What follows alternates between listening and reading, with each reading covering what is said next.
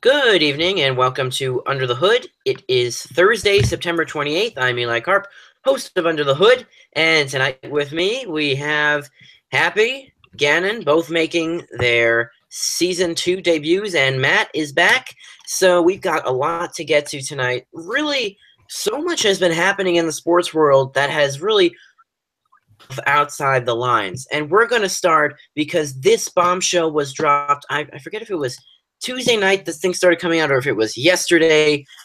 The NCAA and bribery and fraud charges in college basketball programs. And this is not coming from the NCAA. This is coming from the FBI. It is very different. Actually, before we get into the difference between NCAA sanctions and being come after by a federal agency that puts people in jail, let's get into a little more of exactly what happened. So who wants to talk a little bit about what happened and the specs of it? Who, Gannon? I mean, there's so much I haven't even begun to delve into exactly what went down because Louisville has been under so many different scrutinizations over the course of the last few years that it's almost not surprising at this point. Rick Pitino just kind of seems like a little bit of a slimy guy, but I really don't even know the exact specifics of it. I mean, I think generally it's just that they're kind of tampering with scholarship and stuff like that, and talking to players when they're not supposed to. I don't really know the whole specifics of it, but it just doesn't come as a surprise to me. I know there was one. There were four specific schools that were named in the report. It was Arizona, USC, Oklahoma State, and Auburn. Those were the first ones. But now the dominoes are starting to fall. And, of course, very shady in the Pitino era there. But I believe that one of the incidents that was cited was that Louisville gave, I think, $100,000 under the table to a recruit to come to Louisville. Now, again, these are players not coming from stable financial backgrounds, and they are coming with they're getting a full ride. They are getting what they call an education, but let's be real, it's fooling nobody. They're not getting an education. Nevertheless, they're getting a free ride and somewhat of a stipend, albeit small. But these are the types of things that colleges will just get in bidding wars with each other to get these recruits, the high-level recruits, to come to their schools, especially the ones that really, really don't care about the academics. Often, when it comes to SEC football, or as we've now seen in Big 12 basketball, some ACC basketball, it's everywhere. It is limited more in some parts, but it is everywhere. Matt, I know you have some opinions on the Louisville happening, so I want to get your thoughts on that.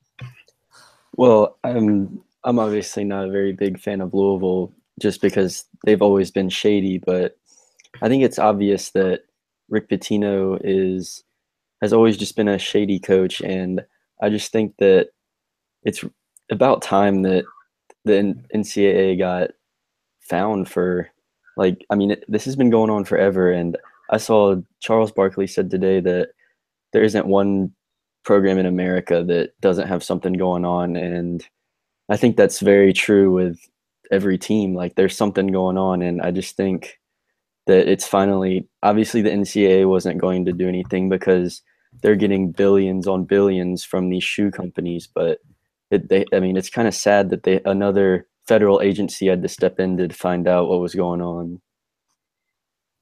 Yeah, and that's the problem. The entire basis of this is money, and when it's money, it's not going anywhere. So the thing is, it's prevalent in a lot of these schools where the high-level recruits go, and especially, I've been saying it for so long, I hate the one and done.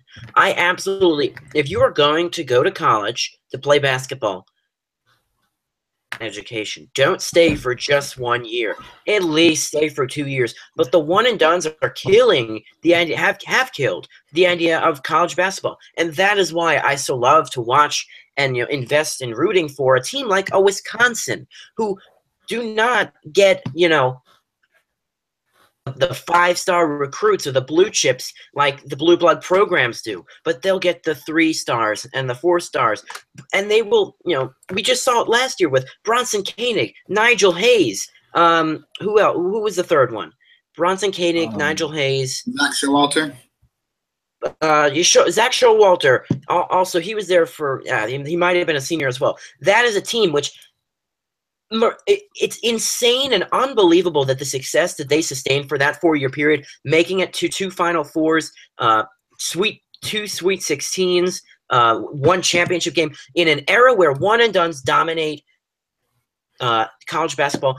That was an era with Frank Kaminsky, Sam Decker, Hap is still there, Koenig and Hayes. They did not leave. They were there for at least 3 years, and that is what I admire so much about the teams who are actually able to gel as a unit and become an actual program that builds itself off of disjointed teams because they draw in talent from everywhere every single year, and they never become a cohesive unit over the course of a few years.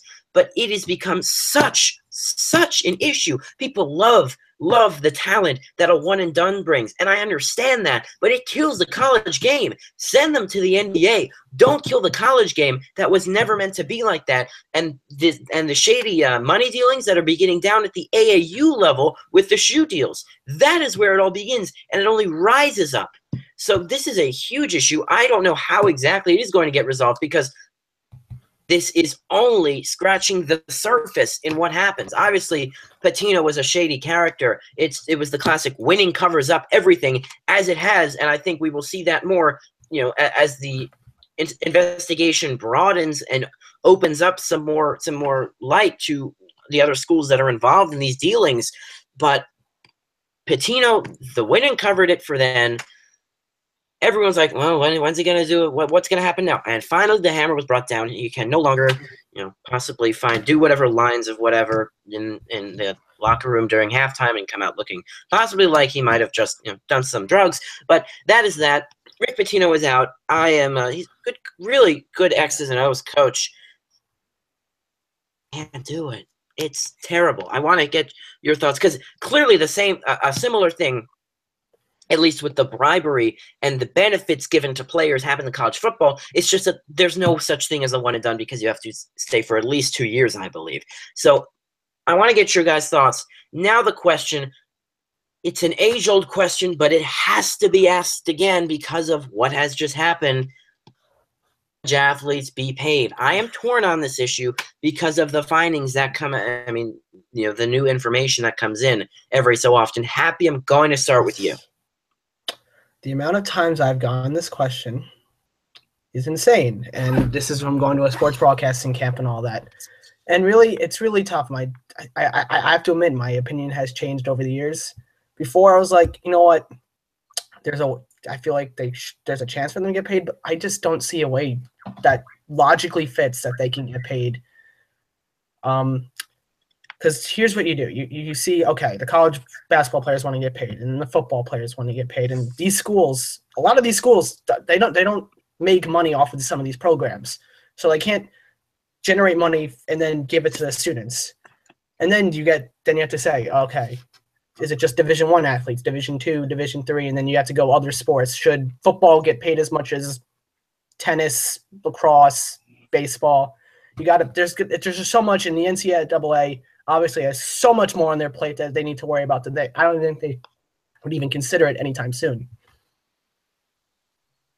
So, yeah, obviously you have to deal with not just the idea of playing players, but the Title IX rules and the revenue sports compared to the non-revenue sports. Bring in women. There is so much to this, but there is a fact that these giant TV deals, the bowl game deals, the NCAA tournament money TV deals, the licensing deals, it's so much that the argument is these colleges, I think Ohio State's athletic program was ranked valued at like $1.63 billion. And the argument is these colleges are making so much money off of these athletes and the programs that they should at least get something out of it. Now, Gannon, I want to get your thought. It's you. Wait, me? You cut out for a second. Oh, okay. Gannon. Yes. Okay, you cut out for a second. I didn't hear what name you said. Okay. But yeah, I just wanted to elaborate on Happy's point. Like, at what point do you draw the line? Because you're gonna if you start playing college athletes just in general, you're going to dive into so much more controversy than we're even in right now. And it becomes the issue of where do you draw the line? Do you pay Alabama's football players the same amount as you would pay a Division III diver? Or at what point do you draw the line? Because once you start paying players, it's inevitable you're going to have some players get paid more than others because they play more. And that's the thing is, like I said, where do you draw the line? I mean, do you pay the starting quarterback at Florida State the same money as you pay a third-string offensive lineman at a Division III school? I mean, Yes. if you don't do that, then you're going to have people complaining that I'm putting in the same amount of effort. Why am I not getting paid as much?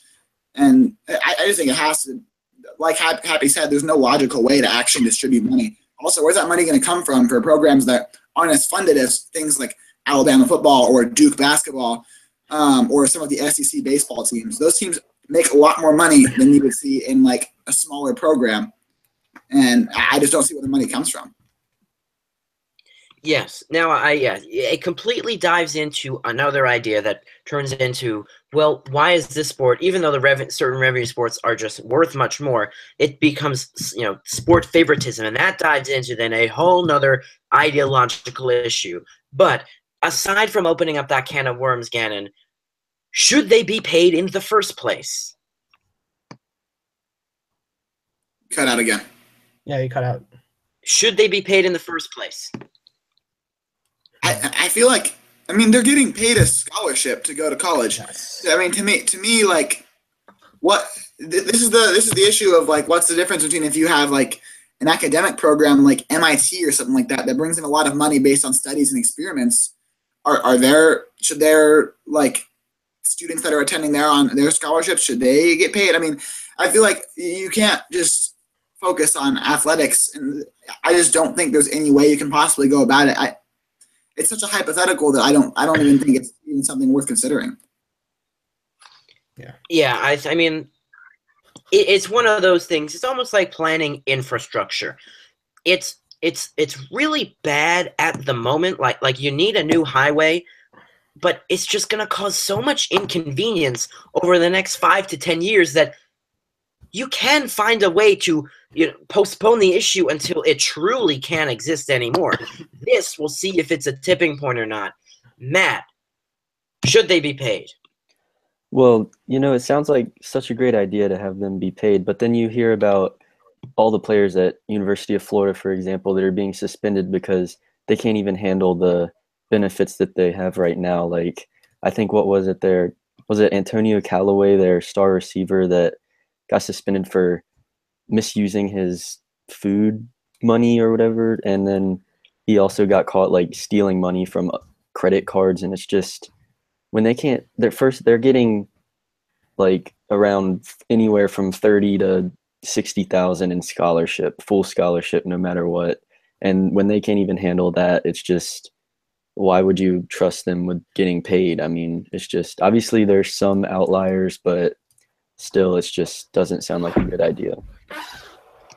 Yeah, and I have believed, when I've been asked this question, that these players are being given a full ride and off. Okay, and all the books and everything, room and board covered. So if you're going to if you're coming from out of state, or if you're going to state school, if you're going to a private university, it can cost upwards of $70,000 a year.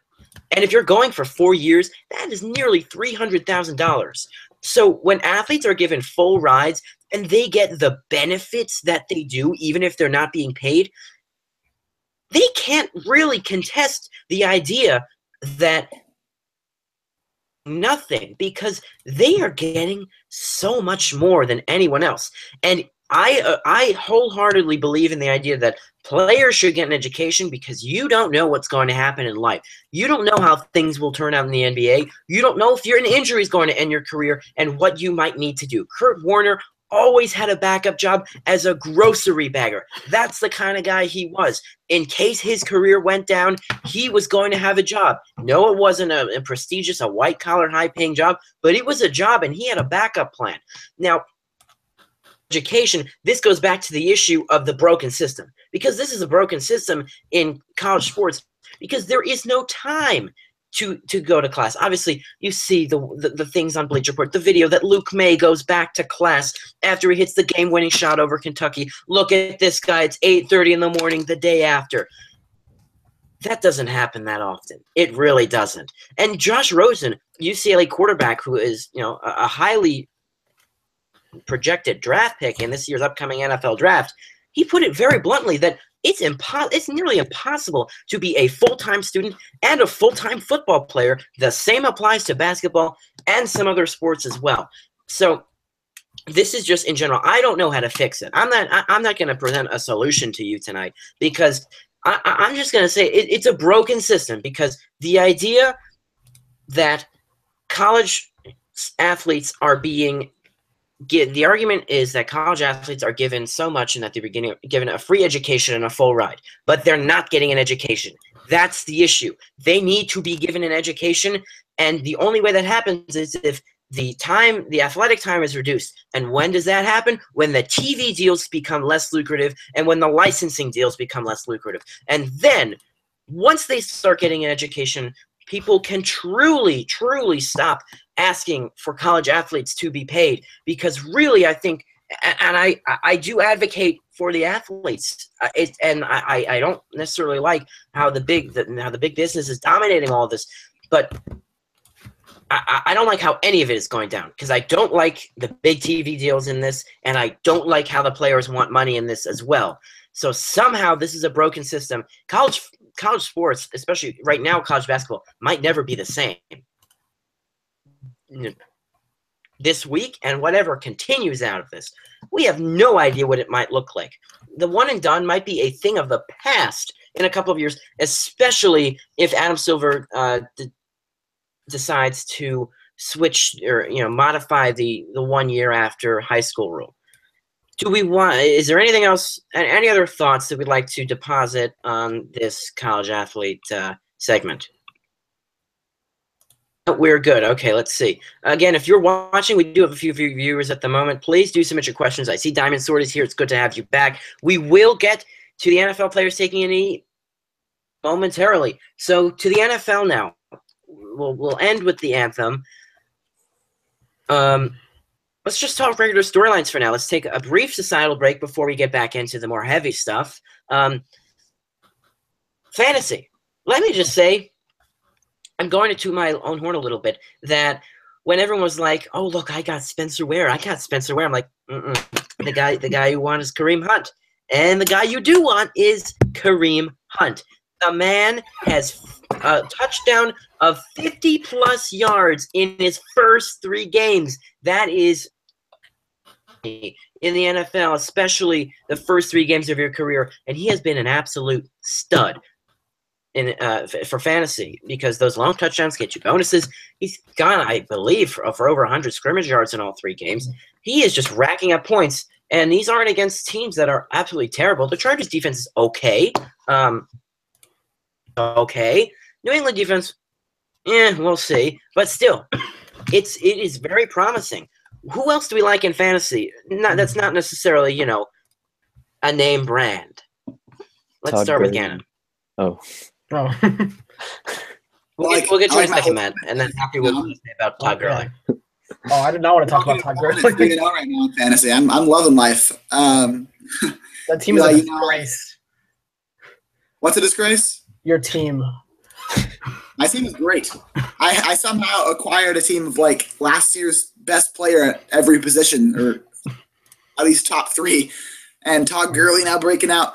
It's exciting. Todd Gurley, I think I heard Happy you said his name. He's back to the Todd Gurley he was 2 years ago.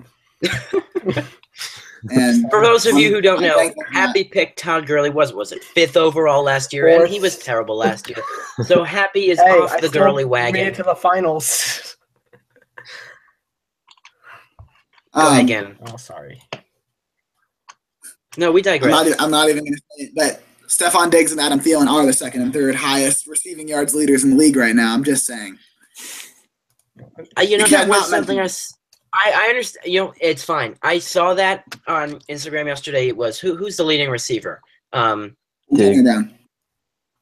who it is, but then Diggs and Thielen are 2 and 3, I believe, And I was so shocked because the Vikings passing attack with 1 game of Sam Bradford and 2 games of Case Keenum is somehow one of the best in the league. And knowing that Gannon is this giant Vikings fan, that here he is, we give him so much crap for this terrible Vikings offense. Now they can't pass the ball, and yet here they are. I was very tempted to screenshot that and send that in the group, but somehow, and you know why? It's the offensive line. A team that does not have an offensive line. I understand quarterbacks are important. You look at a team like the Giants, like who else is it? Like the Seahawks, who can't get it done. They have skilled players. They don't have an offensive line. The Vikings are showing that with a couple of quick upgrades, you can become legitimate. All right. That is that. That is that. I had to get that out of the system. Is that now for Gannon? I'll move on to Matt. Is that good? Yeah, go ahead. Yeah. Matt. Well, I've been really surprised with Doug Baldwin, actually. I kind of took a chance by drafting him because he's kind of an average receiver, but this year he's the number 9 receiver, which is surprising to me because, I mean, I just took him thinking he'd be my flex and I'd, sub him in and out regarding his stats, but he's turned into a formidable starting receiver. I mean, he's averaging, I think it's 15 points a game, which is really good considering the Seahawks have been subpar this year. Yeah, the offensive line, it's a bunch of turnstiles. Who's next? Admit one. So we saw it against Tennessee. There is so much parity in this league, and it all starts in the AFC South. Week 1 absolutely drops the hammer on Tennessee. Week 2 on Houston. Week 2, Tennessee absolutely drops the hammer on Jacksonville. Week 3, Jacksonville absolutely drops the hammer on Baltimore, and then you have so that at that point Tennessee, they were handled by Oakland, not totally surprised. But then you see this week Oakland gets absolutely handled by Washington. What is happening? And then Houston was not convincing at all in their win over Cincinnati. They nearly beat the Patriots in Foxborough. It takes a Tom Brady comeback for the ages on that last drive to beat Deshaun Watson and the Texans. And then who did the Titans play week 2? The Titans played Jacksonville. Who am I thinking? Who did Jacksonville play week 2? They played. No, they played Tennessee. It is just the AFC South is so there's so much parity in this league. It is unbelievable. We're used to seeing parity, but not like this, where we don't know who is good. Like the Patriots, we all think they're good. They lost 1 game. They were handled. They beat the Saints. Congrats. You beat the Saints. And then they barely, by the skin of their teeth, beat Deshaun Watson and the Houston Texans. And let me remind you guys, they put up an average of 10 points in their first 2 games, and they hung 33 in Foxborough. They really could have won that game. And then you see teams like the Dallas Cowboys, who they can't beat. Who did they lose to? Help me out here. I'm inviting Spentano. The Cowboys lost to the Broncos. They lost to the Broncos. So you see, the Cowboys lost. Great, you beat the Giants. Congrats. You want a cookie? They get shellacked by Denver. Obviously, yes, it's in Denver. Great defense. And then Denver goes to Buffalo, and they get handled by 10 points. Obviously, it wasn't a completely out of reach game, but Buffalo hasn't been all that convincing. They lost in Carolina 9-3. Carolina's not all that good because they barely scored in their first 2 games. They were 2-0, and they got handled by the Saints. Yeah. And the Saints aren't all that good. None of it makes sense whatsoever. Hello, Spentano. Welcome to my rant. Can I say my fantasy surprise now? My name is Eli Carpenter. This is my rant of the day. Okay, I want to talk. Okay, so I have 2 names. Both are playing in tonight's games. First, great guy. Spencer loves him. Ty Montgomery. He was the reason I beat him last week, but no, the reason you won is because Cam Newton can't throw a football anymore. No, but Ty Montgomery, I think he's one of the top in the league in just snaps and one of I think 4th in carries. I mean, the production isn't there. He needs to go off tonight. I think he does. But he does enough and fair. Yeah. Yeah, but he's that perfect PPR back that. Yeah, last game he had like able to get those catches for under catches. 15 yards or something. Hey, it's points. I know. And then the other guy I've been surprised with is Tariq Cohen, and I just think that Bears running back duo is just really interesting when it comes to fantasy because I think it's one of the few running back duos you could start both of them. In fact, I'm starting both of them right now. I just think that they both have different ways they could put a point. Obviously, Jordan Howard is the workhorse. He'll get the yards through the middle and got the goal line. Tariq Cohen is the PPR guy. He'll get your points out of the backfield, and he could definitely pull out a nice fancy run out there for a good 20, 30 yards if he has to. And let me just say on behalf of Jews everywhere, we have claimed Tariq Cohen as Jewish. So yes, welcome to the tribe, Tariq Cohen. You are welcomed. And please catch, run, find the end zone. That is what we'd like you to do as fantasy owners and as fellow Jews. So Tariq Cohen, yes, everyone was thrashing the Bears at the beginning. They're only going to Soldier Field. Which is fair. They hung with the Falcons, and the Falcons, although they survived a scare at Detroit, the Falcons have shown at least some solidification as a contender. They blew out. They handled Green Bay. But yeah, the Bears beat the Steelers. Yeah, the Bears beat the Steelers. Look at what we call parity. At Soldier Field. The Steelers are supposed to be great. Okay, we get it. The Steelers beat the Browns by 3, and they lost to the Bears.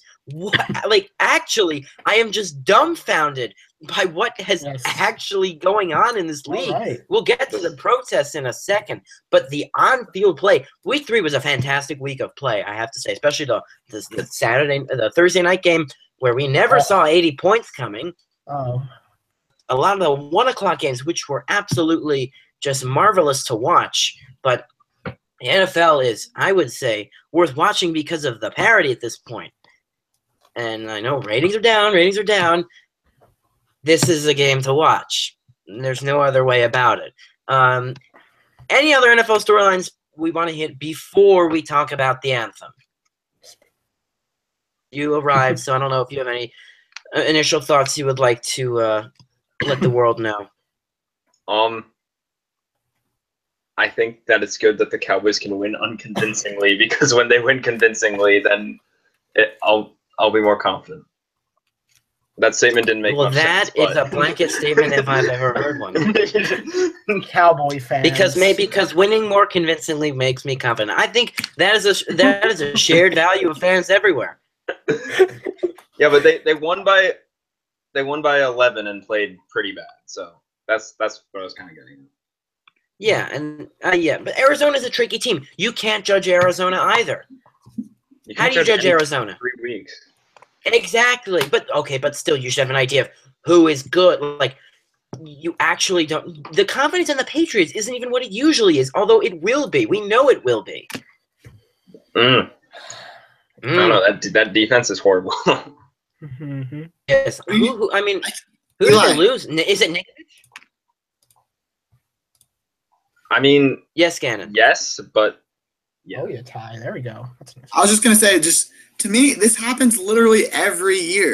You have a few bad teams, they close with a few good teams. You know, the Packers are close in a game with a team they shouldn't be close with. Aaron Rodgers says some statement and they bounce back. The Patriots lose a game early on they weren't expected to lose.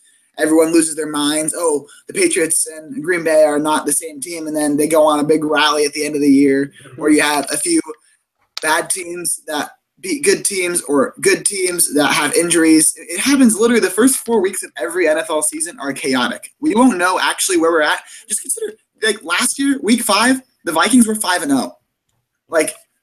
And so was Denver, and both teams missed the playoffs. You really can't judge an NFL season after 4 or 5 weeks.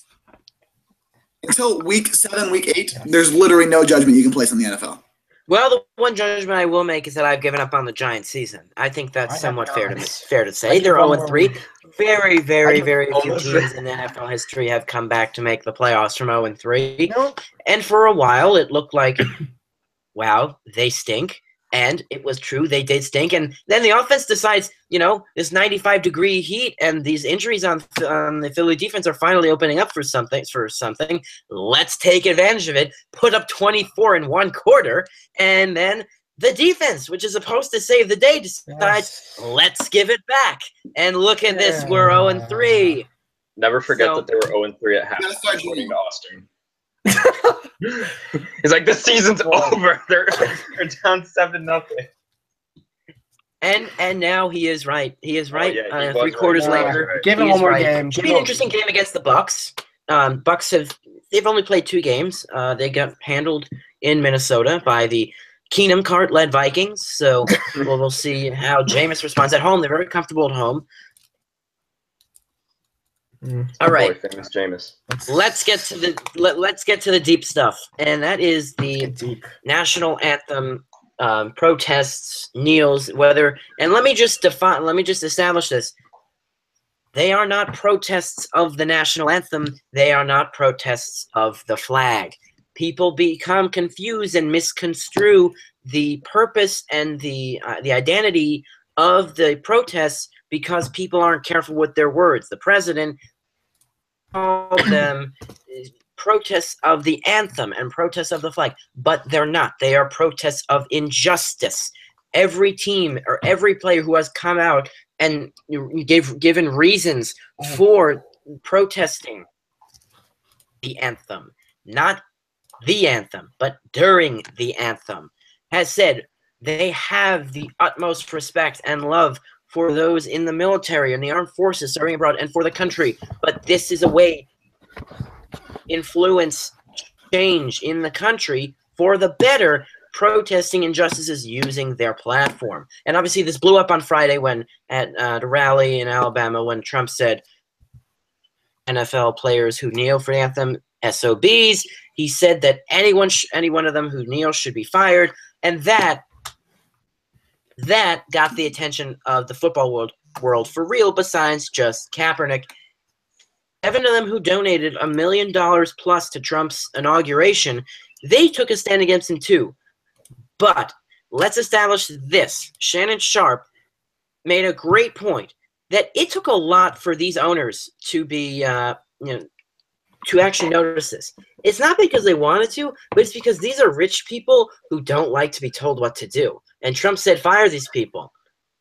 And so it's not necessarily that it was the injustices that they happened to, really get into this issue. But it's the idea that they don't want to be bossed around.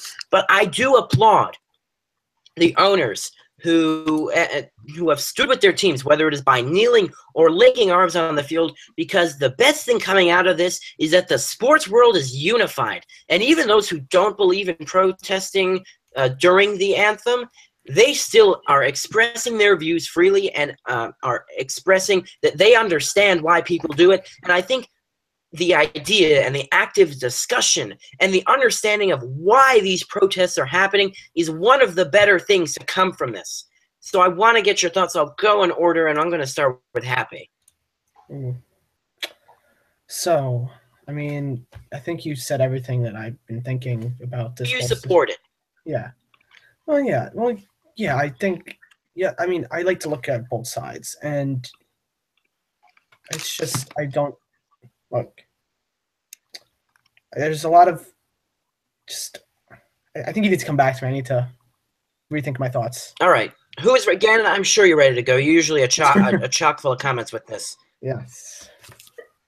So when this started about this time last year, I was very independent on my thoughts on this because on one hand, I certainly have the utmost respect for everyone in the military. It's something I would want to do, and I mean their bravery is incredible. And one of the things that I hear people say a lot is, why are they protesting the flag, or when the military is out there defending our rights? And one of the things that strikes me is our rights are the First Amendment, you have the right to petition, which is the right to protest, or the right of free speech. And if we're talking about having the military go out and defend rights, what rights are they really defending if we're not allowed to speak our minds in a respectable manner? I mean, it's not like they're giving giant bird to the camera and saying, listen, F America. That's not at all what's happening. It's a simple, peaceful knee. I mean, I see the other side of it, but I mean, it's peaceful enough. And the other thing that I see about it, it's ironic to me that New England Patriots were part of the protests on Sunday, because a lot of people say that this is anti-patriotic, but to me, it is patriotic. That's kind of how the country started, was by rebelling against something that we disagreed with as a country. And that's something that any major movement in the United States over the course of history has started with some sort of movement. I mean, you have women's suffrage or civil rights in the 60s or the abolishment of slavery. It all started with a movement against a widely accepted opinion. And I think that the idea that this is sparking something, I think it's great. I don't have any problem with it. And one thing to keep in mind is those fighting abroad, especially for other countries, they are fighting for the oppressed. They are fighting against the ideals of suppression. So like they're fighting against, or they're fighting for those who don't have the right to free speech. So the fact that the people would really endorse the idea of shutting these people down and discouraging free speech goes in antithesis to the idea of disrespecting the military, because the military are people's universal rights overseas. And one of the things guaranteed in the Constitution and made about a point of the Constitution is to keep this country out of tyranny. And by when a president says fire them, do this, do that, this is unacceptable, and the idea of not being able to protest and exercise free speech, it leads right into the idea of accepting tyranny. So I think that while everyone has their right to however they'd like to view this, whether they support the kneeling during the anthem, whether they support the fists in the air, I don't think anyone can really oppose linking arms on the field, because who doesn't like unity? Everyone likes unity if it's not one way or the other. But I feel like everyone should understand why it's happening and not just turn a blind eye to it and be ignorant and say this is unpatriotic because you are disrespecting the flag. I don't think that's the way to look at it, but everybody sees it differently. Spentano, I'll hit you, and then Matt, and then Happy. I think the last thing you said was people should understand why they're doing it, and the national conversation really isn't about are there injustices? It's really about, is it okay to kneel for the flag? It's kind of been like swayed away from the original conversation to people just debating, oh, is what they did respecting the flag or whatever. And I think that was the president's intention, really, because the discussion right now isn't about what it was when Colin Kaepernick was doing it alone. It's about just, is it okay for teams to do this, or athletes to do this, or players to do this? It's swayed a lot away from the original point, I feel. Yeah. Okay. Do you support, or do you? Oh, yes. Do you not agree with what players are doing? I think that it's 100% okay, because, like Gannon touched on, it's not the piece of cloth that our military is fighting for. They're fighting for our rights, and it's just like, and they fight with what the flag represents. It's not just like, it frustrates me, because yes, and now that hypocrisy, finish up, major hypocrisy. I feel like, I'm not saying everyone has to kneel, but like, stand, honor it, do whatever you want, but you can't tell people not to kneel when it's just really like the points that people are bringing up, that it's disrespectful, because I think it's actually extremely respectful. When Tim Tebow did it back in 2012, no one said anything, and now it was considered respectful, but now it's disrespectful because multiple people are doing it to bring awareness to injustices. Yes. Now, I will continue this in just a second, but this is major news. Ty Montgomery just suffered a chest injury, and he is questionable to return. You know what he had This his is longest rush of the terrible season, news, 8 yards. people. This is terrible news. Down And goes. let me not forget the 5 let me yards. not forget the point I was just What? about to make, which is about sticking to sports.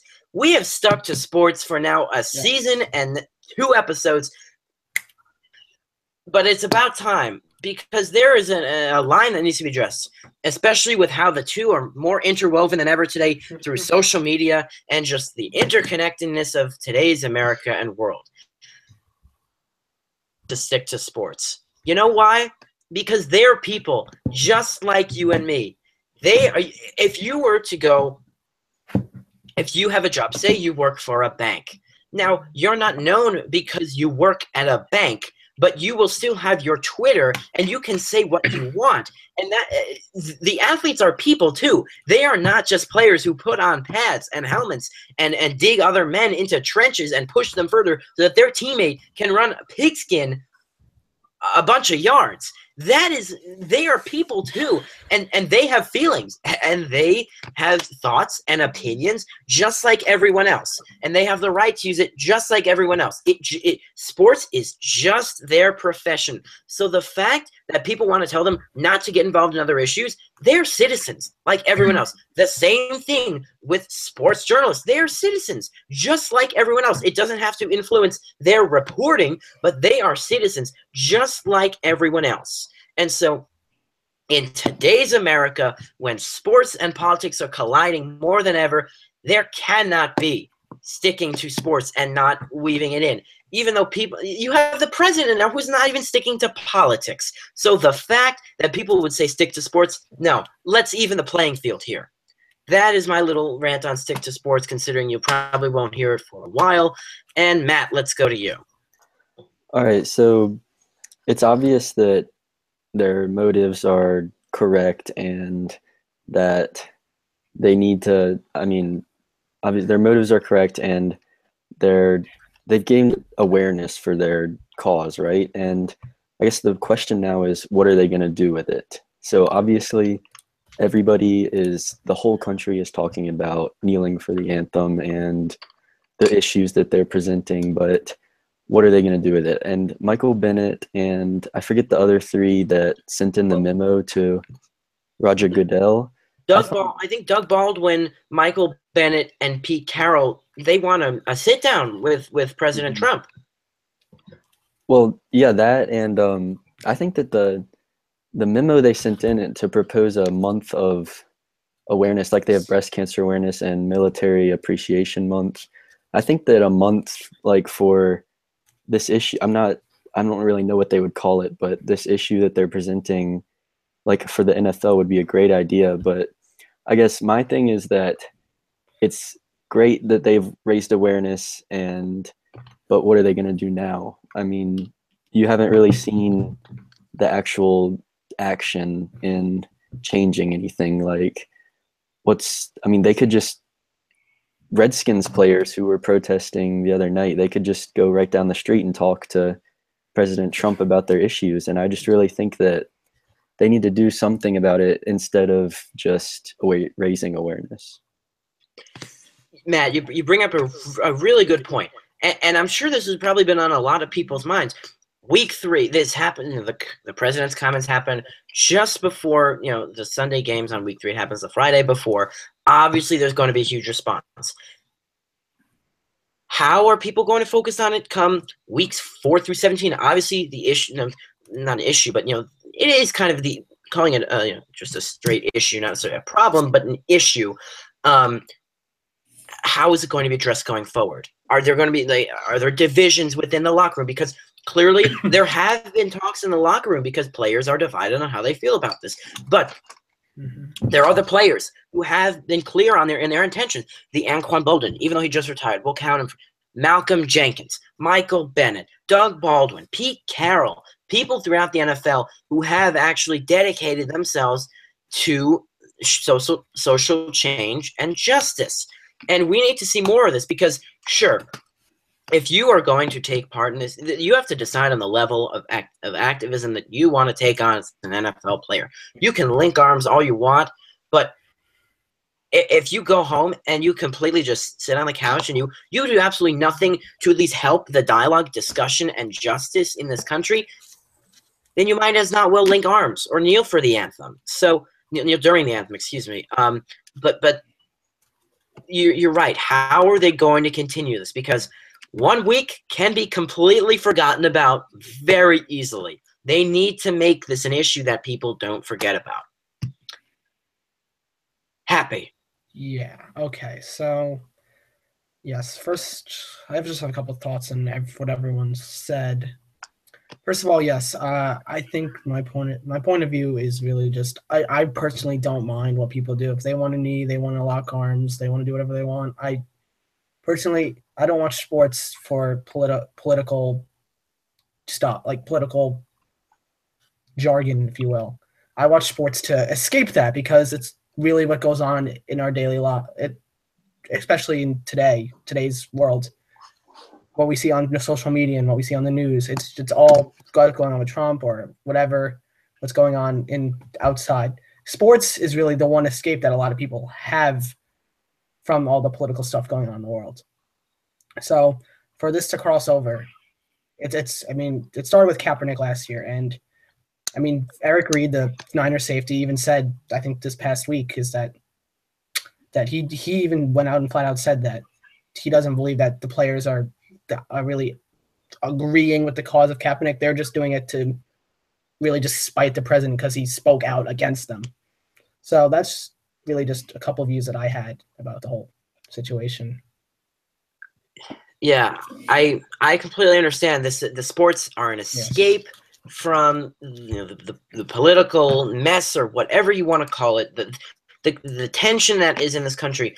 But I have to disagree in part of it, because the people who are involved in sports, that is their regular life. So while we go to escape our regular lives, we invest ourselves in their regular lives. And so we have to see that they have a right to be political and active in their regular life, and we are just watching it. Yeah, I know. I meant for like us, like the fan, like obviously for the player. Like I said, I mean, I don't mind that they protest. In fact, I could even say, I mean, yes, saying that I support it. Like, yes, I mean, yeah, I do. But yeah, it's just.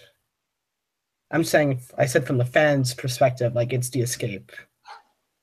Yes, it certainly is. And that is why people resist this so much, as opposed to it happening in some other venue of entertainment. Because sports are like America's #1 escape from daily life. And it has such a cultural value that to see something else, it's scary. And it's what people don't want to see. So I'm going to close up this discussion because this has carried on for a while. We got to hit our next points quickly. Baseball. Oof. It will be October on Sunday, and that means playoffs. So the Yankees and Twins are set to face off in the wild card game on Tuesday. I'll take picks. I'm going to go Yankees. Hopefully I actually go to the game. I believe it will be in Yankee Stadium. The last time the Yankees hosted the wild card game, they got blanked by Houston 3-0. But this seems like a little bit of a more confident situation. Minnesota's not going to throw Dallas Keuchel at you. They're going to throw Irvin Santana. So one interesting point is that Luis Severino will likely be that starter. He has never pitched in a playoff game. I am still going to go Yankees because I hope they're not using up the wins right now because they're playing really well. Aaron Judge is on fire. Gary Sanchez is playing well. The bullpen is coming through. When does the bullpen come through? So I'm going to go Yankees. We'll go down the line. Spantano. Twins 5-3. All right. You're not here, Matt. Well, I really hope the Twins win, but I think the Yankees will win. All right, you get to stay. Gannon? Same thing. I'll root for the Twins, but it's not going to happen. Happy? Of course. You're going to root for the Twins. I think the Twins are going to win. Let's go. Miguel Sano hits a game-winning home run in the top of the 9th. Well, there we have it. We have a bunch of dissenters, don't we? All right. What else? I think the only other one that has been solidified is Dodger is Cubs Nationals, right? Cubs Nationals. That is very intriguing series. The 3 against the 2, essentially. What is this Cubs Who do we have winning that? The Cubs have come alive in the second half. They have the championship pedigree. It's kind of hard to bet against them, especially when the Nats have choked in the playoffs. We're going to go the other way. We're going to start with Happy. You know the Nats. Oh, I hate the Nats. It's a 5-game series, so let's go. We'll go the Nationals, Cubs in a 4-game series. And Go Cubs, go. Go Cubs, go. Wait, did you just say the Cubs are going to sweep? No, I said 4-game series.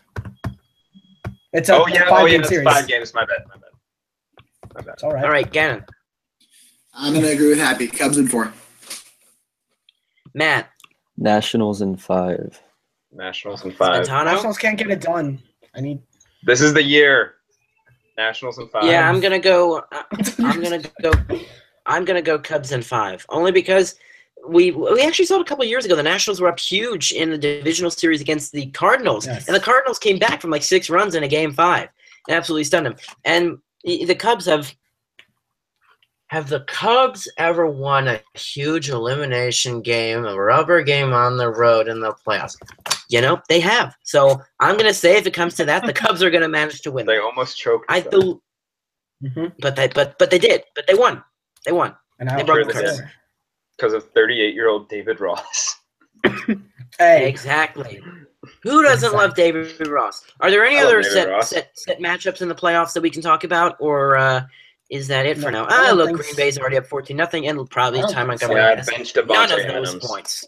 I don't think so, but of course. Are the Dodgers? So basically, it would be the Dodgers versus the wild card winner. Who's Houston? And who knows? Do we think that whether it is the Cardinals, Brewers, or more likely Cardinals, Brewers, or Diamondbacks, or Rockies? Do we think that the winner of the wild card game is going to have do we think they have a shot to upset the Dodgers, who have been human the last month and a half? Well, don't the Dodgers? I think there's always Yeah, they kind of stink. They kind of evened out recently, but I think it's the Dodgers. And one thing the Dodgers have done recently in playoffs is they've not been able to close out series. So I think if any of the teams can do it, I really think it's Arizona because they have a lot of nice young pieces, a lot of veteran pieces, and a good pitching rotation. Paul Goldschmidt, Jake Lamb. I think if any team out of those wild card teams, it's definitely going to be Arizona. Gannon? Yeah, I agree. Arizona, I think, is the deepest team of all of the teams that are in the running in the running to take that spot. And I do think the Dodgers will find themselves in the championship series, but not necessarily the World Series. But I think they'll be a series away. Gannon, for a second I thought you were going to say Suns in 7, but I'm glad you held that on. Matt. Yeah, Arizona, especially with how hot JD Martinez has been. It's ever since he left the Tigers, of course. It's just been unreal. I mean, I think saw a stat yesterday. What is he played 40 games? He's hit like 20 something home runs for the Diamondbacks. It's crazy. Insane. Spantano. Gotta go Rockies to be different. Okay, you Middlebury men like to be different. Story. I don't know. Are you sure the Rockies? Denver's got two hell of a Trevors there. Trevor Story, Trevor Simeon, Trevor S. You want to be a Trevor S. if you are living in Denver right now. No, there's not Trevor on the Nuggets. I just have a question. Are you guys watching this Chicago game? Yeah, that was terrible. This is awful. Yeah. Okay, back to I saw a tweet. Wait, say that again. Bears fumbled again. Those trusty Bears running backs are really coming in handy. Not that Ty Montgomery thing, because why would Ty Montgomery be? Glennon that fumbled. Mike Silver tweeted, "If you're part of the boycott the NFL crowd, oh my God, this game is amazing."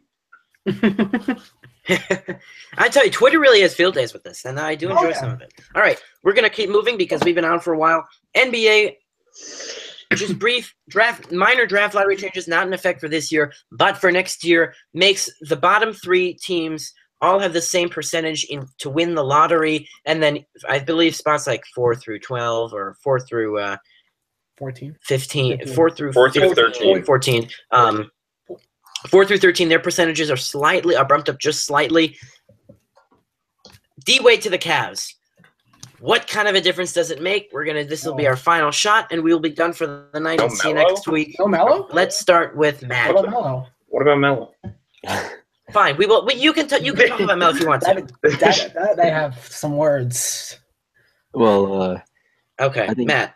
Dwayne Wade is obviously their starting shooting guard now. So, I mean, he shakes up their whole team and bumps J.R. Smith to a bench player, which is just they're probably the deepest team, if other than the Warriors in the NBA right now, as just like last year. But I really think that the Cavs got better this offseason, even though they lost Kyrie. I mean, their starting lineup is going to be come playoff time, Isaiah Thomas, Dwayne Wade, LeBron, Kevin Love, and Tristan Thompson. I mean, that's a solid starting lineup. Even their second team is unreal. Like Derrick Rose and J.R. Smith. It's just Kyle Korver. Yeah. Yeah. Jay Crowder, right? Yeah. Yeah, and Channing Frye. Got Tristan Thompson. Mm-hmm. But I do have to say, although the names look great on paper, like I'm sure 3 or 4 years ago, that would have been the All-Stars. But if it gets icy in Cleveland and the team happens to slip, everyone's going to break their back. And who's going to be left standing but LeBron? That's one thing. That it's such an injury-prone team. But, yes, potential is there to possibly be better than last year. But some elderly pieces there in the land. Gannon. I feel like one of the things that's so important is team chemistry. And right now it seems like the entire Cleveland team is in turmoil. And what I see right now is LeBron is doing what LeBron does, and that's taking over a franchise. You see Dwayne Wade coming to Cleveland, one of LeBron's closest friends, obviously. I feel like he's just trying to set up for what he wants. And I don't know. This year, sure, I think the Cavaliers are still going to be one of the best teams in the league, one of the top 2 seeds in the East, and perhaps next year as well. But from there on out, where does this team end up? Because almost all of those 10 players we listed are like over the age of 27, with the exception of Tristan Thompson, I think. And so this is an old team, and a lot of these players are going to be washed up pretty soon, namely Derrick Rose, Dwayne Wade, and eventually LeBron's not going to be good anymore. It's bound to happen one of these days, maybe in 5-10 years. But this team's eventually going to hit their slide, and I don't know what they've done to build for the future. That's why I like a little bit more of what Boston's done, and that's bringing young pieces that are going to have a chance in the future. Because you look 2-3 years from now, with a few more draft picks along the way, Boston's set for the future a little bit better than Cleveland is. And I think the Celtics are going to grow to be one of the elite team in the East as soon as Cleveland drops off. Well, I think the difference is Cleveland's a win now team, and I also have the Boston's Brooklyn obviously pick. not. So Yeah, Cleveland. And win now is definitely what obviously what they're going to be going for, because they're trying to get as many opportunities as they can while LeBron is still on the team. Mhm. And but I'm just saying, eventually he's going to leave. Yeah, And you have the Brooklyn I pick. agree. Yeah, that Brooklyn pick. All right, Happy. Oh, so about Wade, yeah, I think everyone else basically summed it up. Cavs win now, Celtics building for the future. But that Brooklyn pick for the Cavs will definitely ease some of that. Maybe they could build a future depending on who they get. And yeah. All right, Melo. Since people took your D Wade stuff, Melo, I'm gonna venture to say you probably thought it was the right move, but let's hear it from you. Oh, the Melo trade? Okay. So when I first heard of this, first I was like, okay, the trade's horrible. But then I realized this is probably better than anything they would have gotten from the Rockets, because the Rockets don't have much better. Ryan Anderson. Stop. I think this is anything they've gotten better from the Rockets, because the only way they're going to get the Rockets deal done was if they got the third team. That wasn't happening. And then, okay. So basically with Melo, I mean, I really don't know what to say now with just in terms of him leaving. But this team's got to build towards the future now around Porzingis. And I think one thing they have to do right now, even though it'll hurt them right now, is they got to trim off Joakim Noah right now I know it's going to hurt the cap, but this team's not winning anytime soon anyway, so might as well just get rid of him. You already have 3 other centers now with Enes Kanter on the roster, so you have no need to have Joakim Noah, and he's really not been helpful for the team. He couldn't score, couldn't rebound, didn't play, wasn't a defensive star that he was in Chicago, and then obviously the injury and then the suspension. So I think that just one thing is they just got to build toward the future now. If Joakim gets hit to the waiver wire, 100% chance Cleveland picks him up. That way they can. I would not be surprised. 11 All-Stars. No, if you stretch Joakim Noah, that would not be much better than just having him on the roster and not playing him. Yeah. Stretching Joakim Noah would still be like, what's he got left on his contract? A lot. Like 48. Like 3 years, 54 million. That kind of thing. It'd still be 10 million a year at least. Yeah, so, but it's I mean, just don't play him. Yeah, but it's gonna hurt them either way. So I think having him on the roster hurts. I mean, you have Hernan Gomez, you have Cantor, you have obviously you have Porzingis who could play 5 if you need him to, and you have Kyle O'Quinn. I mean, he was more productive than Joakim Noah last year. I just don't think it's worth shedding. All right, guys, we trading. gotta wrap. Guys, we gotta wrap things up quickly. Okay. Spenton will get to you in a second, but at least right now, the Knicks can finally. They should have done this a couple years ago before Melo signed his contract. They can rebuild without a limiting agent. They could not do a real full rebuild with Melo there. They were not winning with him anyway. Don't know why it took them this long. But it will be painful, but it will at least be done authentically like a true rebuild. Hopefully they can figure it out. All right, that is it for me. Spentano, you will finish us out. Yeah, the only thing about Wade is like this lineup with Isaiah Thomas out, where it's going to be D Rose, Wade, and LeBron, and then Love and Thompson.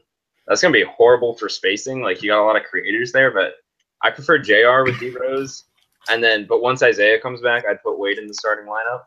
But just having 2 people who can shoot threes next to LeBron I don't think that's really going to work out that well. We'll see. All right. Well, this has been quite a lively discussion for the last hour, and thank you all for joining me. We will be back next week, possibly Monday. Depends on how life goes. So we'll be back next week. Thank you for watching, and have a great